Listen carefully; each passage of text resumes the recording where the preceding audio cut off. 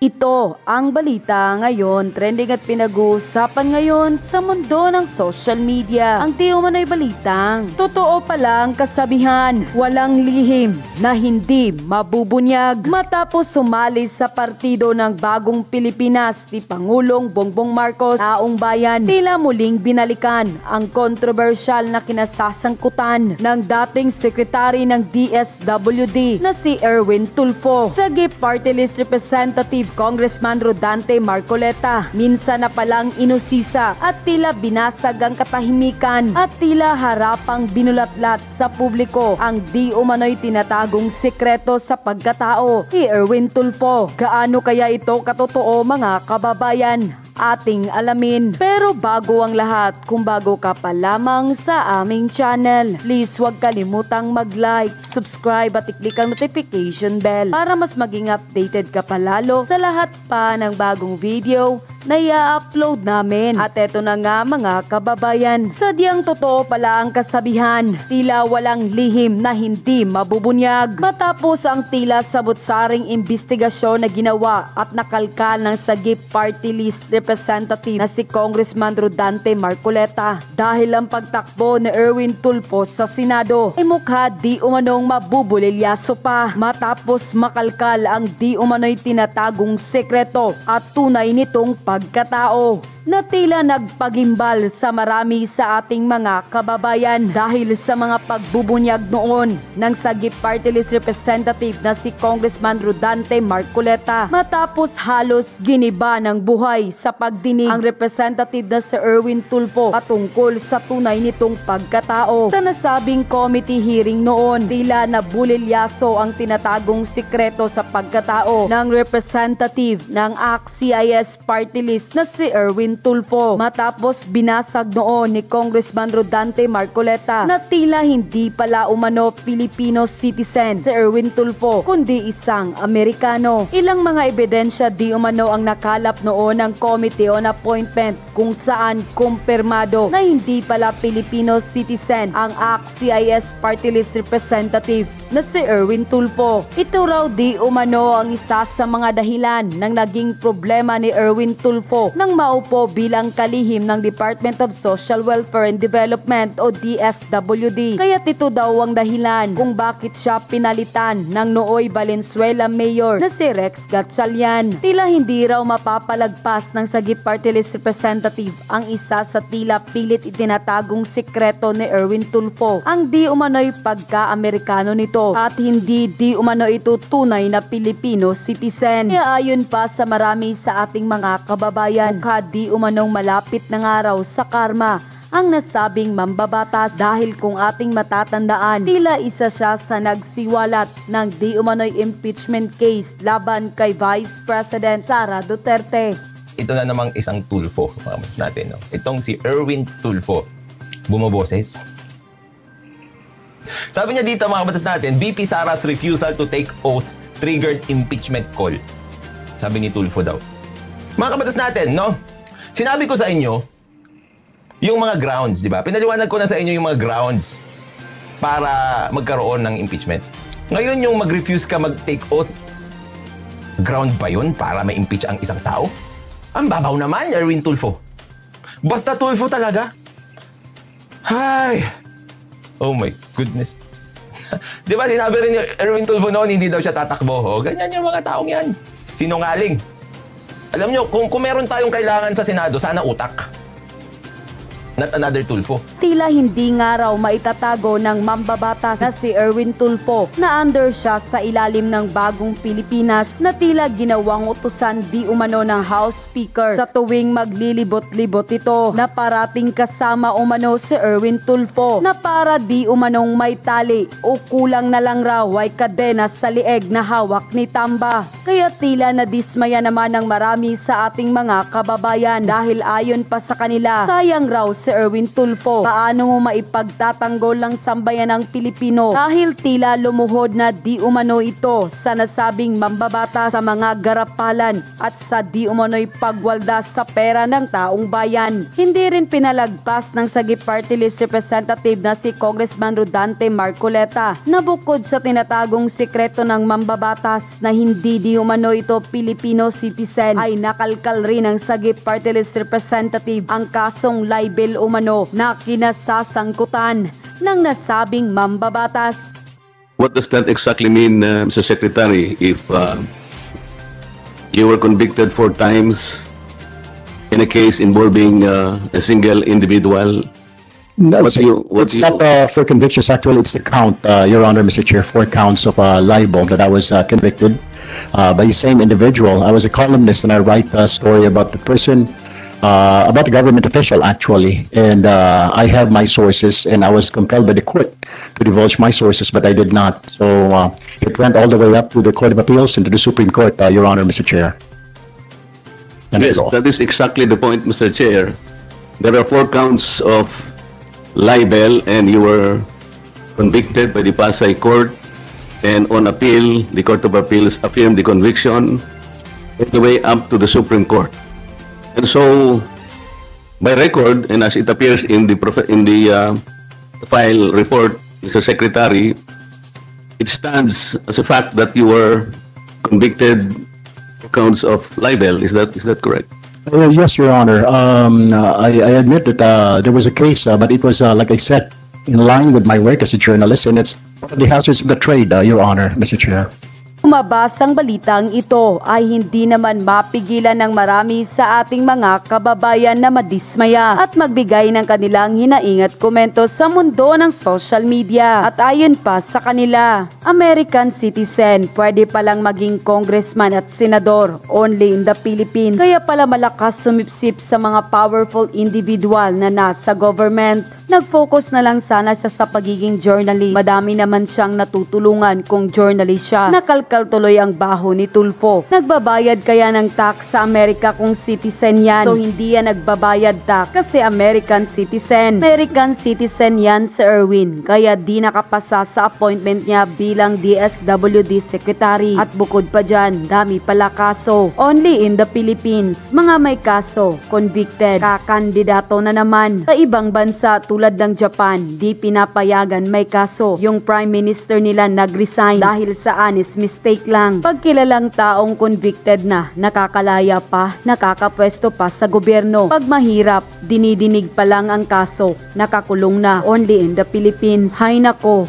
huwag nang ipalusot lahat ng mga convicted. Mahiya naman kayo. Kapag ordinaryong mamamayan, kulong agad. Pero kapag sila may special treatment, nasa Congress or Senate pa, public office is a public trust. Yun lang po. Unquote. Narito at panoorin ang buong detalyadong balita kung saan hindi nakapagpigil at isiniwalat mismo ng Sagip Party List Representative na si Congressman Rodante Marcoleta ang di umano'y pagiging US citizen at mga kasong kinasasangkutan di umano ng mambabatas ng ACT-CIS Representative na si Erwin Tulfo. Narito at panoorin ang full video.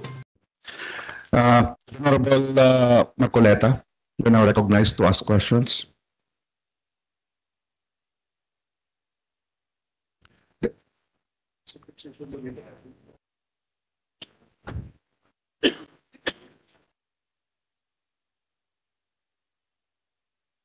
Thank you, Mr. Chair. Mr. Secretary, a follow-up to the question of my colleague, Congressman Malapitan. It's about your being an enlisted personnel of the United States Army for several years, and you have been in active military service stationed in Europe from 1992 to 1996. Correct me if I'm wrong, but to be an enlisted personnel in the U.S.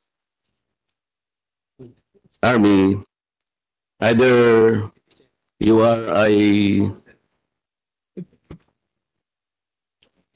citizen by birth, meaning to say you are a U.S. citizen, or you have acquired U.S. citizenship by naturalization. or that you are a lawful permanent resident. Under what circumstances did you, I mean, what is the status of your citizenship when you were enlisted member of the U.S. Army and when you served as an active military service station in Europe, sir? Mr. Chair, with all Yeah. due respect, Senator Estrada. Congressman Marcoleta, I think the good secretary has asked for the executive session with regard to your Okay, question. okay. Maybe And we can- there's another we can, question. jump to another question. Congressman. My other question, Mr. Secretary, also appears in the report of the commission. This is the PIR, the Profile Investigation Report, because it is indicated here that you were also convicted 4 times in the RTC in Pasay City. Is this still covered by the executive? So it was only on the citizenship. Okay. I can answer that, Your Honor, Mr. Chair. Yes, please, Mr. Secretary. That case is related to my profession as a journalist, Your Honor, Mr. Chair. There was a conviction, that's correct, but it is because of my line of work as a journalist. It's a libel, 4 counts of libel. Same individual, Your Honor, Mr. Chair. What does that exactly mean, Mr. Secretary, if you were convicted 4 times in a case involving a single individual? No, What do you- what it's do you- not for convictions. Actually, it's the count, Your Honor, Mr. Chair, 4 counts of libel that I was convicted by the same individual. I was a columnist and I write a story about the person, about the government official, actually. And I have my sources and I was compelled by the court to divulge my sources, but I did not. So it went all the way up to the Court of Appeals and to the Supreme Court, Your Honor, Mr. Chair. And Yes, that's all. that is exactly the point, Mr. Chair. There are 4 counts of libel and you were convicted by the Pasay Court, and on appeal, the Court of Appeals affirmed the conviction all the way up to the Supreme Court. And so, by record, and as it appears in the file report, Mr. Secretary, it stands as a fact that you were convicted 4 counts of libel. Is that correct? Yes, Your Honor. I admit that there was a case, but it was, like I said, in line with my work as a journalist, and it's one of the hazards of the trade, Your Honor, Mr. Chair. Well, of course, you were precisely convicted because of your work. You are a journalist, but that does not change the situation. You can be convicted either way in any other vocation, but the fact stands that there is a conviction. The problem we're trying to press out here, Mr. Chair, is whether or not his conviction will be an issue in the process of confirmation, because as the Supreme Court enunciated in several cases, Mr. Chair, libel is an offense that involves moral turpitude. And in some other cases disposed by the Supreme Court, there were certain people who were disqualified from holding positions because they have been convicted of crimes involving moral turpitude. This is the dilemma, Mr. Secretary. Of course, I am in support of your confirmation as Secretary of BSWD, and I believe you have just succeeded in proving to our people that you are qualified. But this is a problem that we need to trace out, Mr. Chair. How do we dispose this dilemma before us? Because it is in the report. I could not have asked you this question, Mr. Secretary, if it did not appear in the report submitted to us by the Commission on Appointments. Mr. Chair, thank The you. Majority Leader. Mr. Chair, considering that there was a request and a line of questioning will be tackled within the executive session, since we are a collegial body, we have to tackle this as a group. So may I suggest and reiterate, Mr. Chair, that we proceed for an executive session. Okay, alam po ninyo, sangkatutak po, ito po magandang development para sa atin, no? Kasi yung mga tulpo kasi, alanganin yung tingin dyan ng mga Duterte. Maraming bilib sa mga tulpo. Alam nyo kung bakit tayo bumibilib? Bakit nakakabilib? Tama yung analysis na instant justice. Totoo naman yun, no? Pupunta ka, magsusumbong ka, tatawagan nila yung concern. Sige po, papuntahin nyo dito. Sige po, pasusundan nila sa reporter, no? Instant justice naman talaga, di ba? Tatawag sila kasi may nagreklamo, action na nila. Hindi naman sila mismo yung action eh. Yung mga ahensya eh. Siyempre dahil takot na mabastos yung mga ahensya, no? Takot na mabastos yung ahensya, tatalima agad. Pero hindi po pwedeng lahat ng tao magreklamo sa iyo. Naging senador, yung Rapi, yung pinakasikat sa kanila. Ginawang extension ng Rapi Tulfo in action yung Senado. Na nakita natin, hindi pala uubra yun. Iba po kasi yung pag-aksyon ng pagtulong sa paisa-isa o paisa-isang grupo kaysa aksyon talaga ng pambuong Pilipinas. Di ba? Yun po yun eh. Wala pong instant justice, lalo na kung senador ka. Kinakailangan yung gumawa ng batas para makalutas kayo ng problema ng Pilipinas. Okay. Ngayon, ito si Erwin, number 1. Di ba? Hindi natin pwede i-deny yan. Putya, Pulse Asia at saka SWS eh. Talagang ano yan, talagang totoong survey yan. Pero bakit sila number 1? Mahuhusay.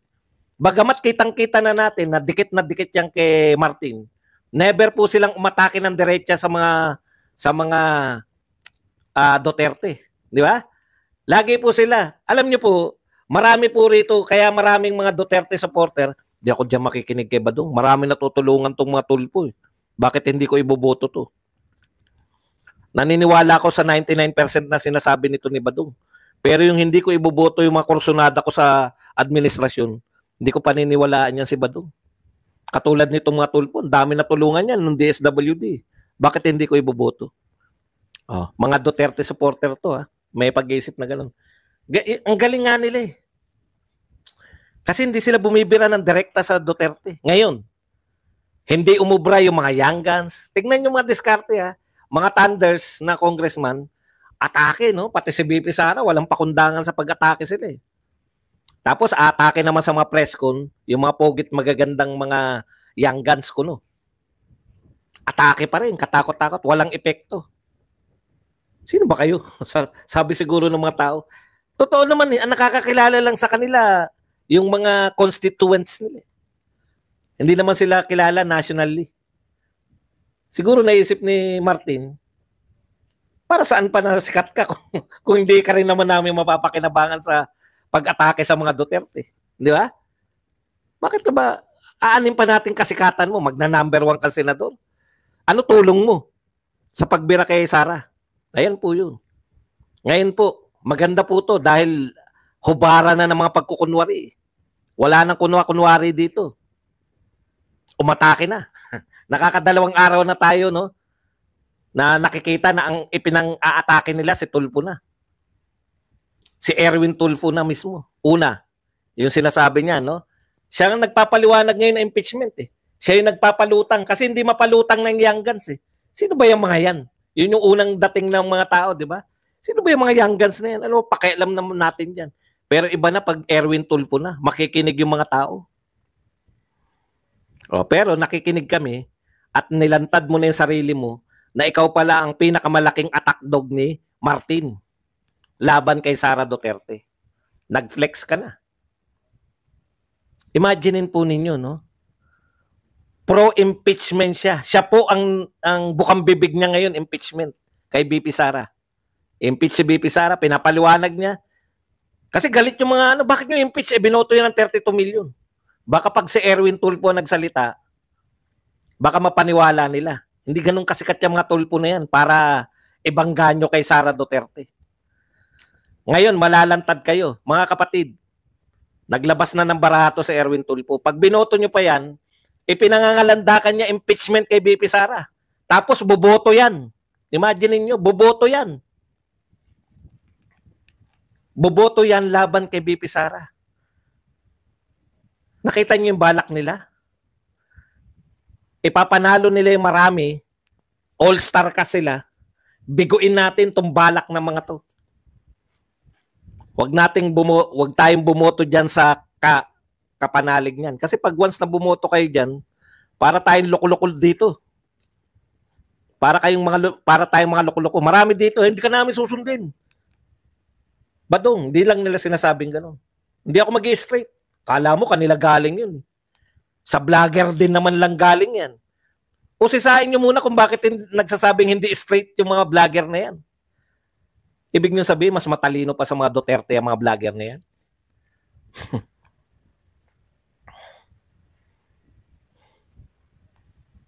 Ito ngayon, no? Bagong-bago to. Nakita na natin kung paano niya. Ito naman, bagong anggulo naman.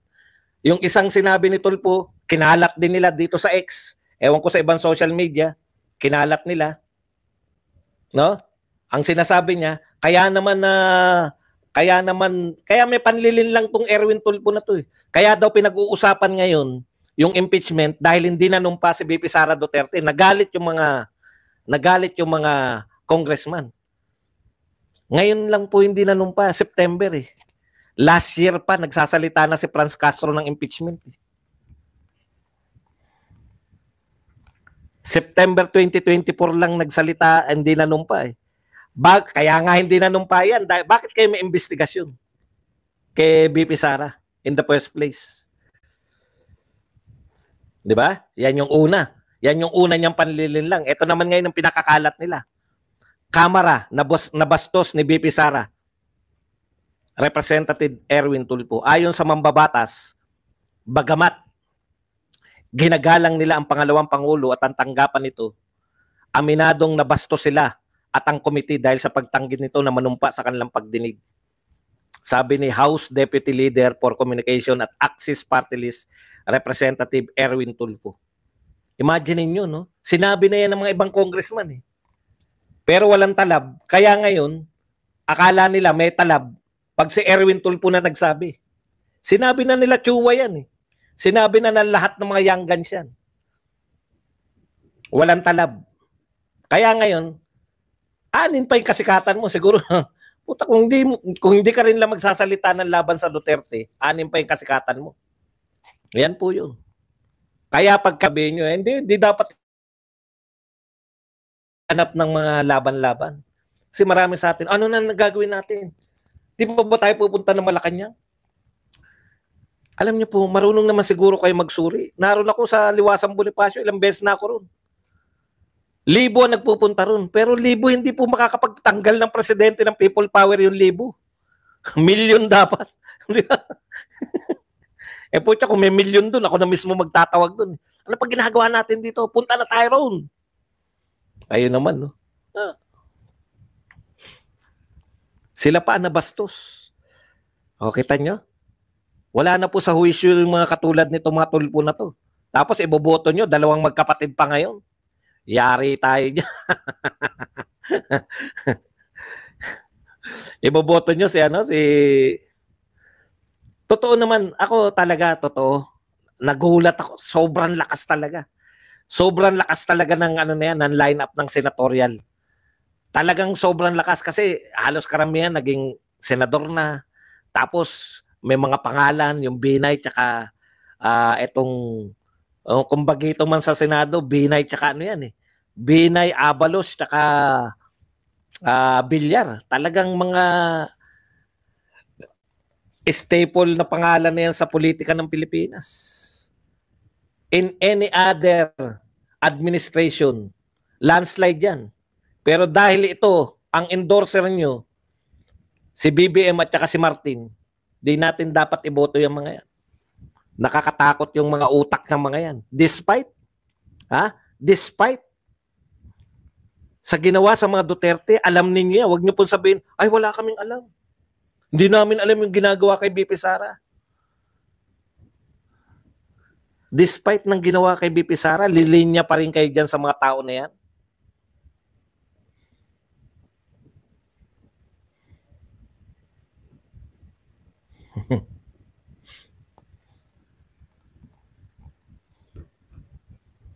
At yun na nga mga kababayan, ano na ang masasabi mo? Kung mayroon kayong hinaing at komento patungkol sa balitang ito, please comment down below. Pag-uusapan natin yan sa comment section. At kung nagustuhan nyo ang video, ay huwag kalimutang mag-like at i-share na din para mas marami pang makaalam at umabot ito sa marami sa ating mga kababayan. Maraming salamat po!